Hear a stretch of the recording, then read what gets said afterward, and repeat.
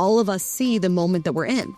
And all of us see that the choices that it feels like we have sometimes, which is Hasan Piker and Tucker Carlson, or Nick Fuentes and, Andrew Tate, the kind of people that are rising in the podcast charts, those don't actually represent our values. And I don't think that they represent the values and the worldview of the vast majority of Americans. And so this is an opportunity to speak for the 75%, for the people that are on the center left and the center right that still believe in equality of opportunity, that still believe passionately in the American project, that still believe in all of the things that everyone in this room believes in, which is liberty and freedom and individual responsibility and in the most basic level, the right to know what is actually going on in the world. Not the world as propagandists and ideologues imagine it to be, but what's actually going on in the world and in your community, so you can make decisions about where to send your kids to school, about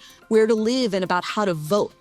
That used to just be normal, and the goal of what we're trying to do at CBS is to get back to that normalcy. And I feel incredibly energized and enthusiastic because I think that is where the vast majority of Americans actually are. Well, so that articulation of that set of goals to speak into the lives of the 75%, how are you going to do that? What's your strategy for success? I don't think it's by pretending like we can go back to having a view from nowhere. I think it's about who's in the room, right?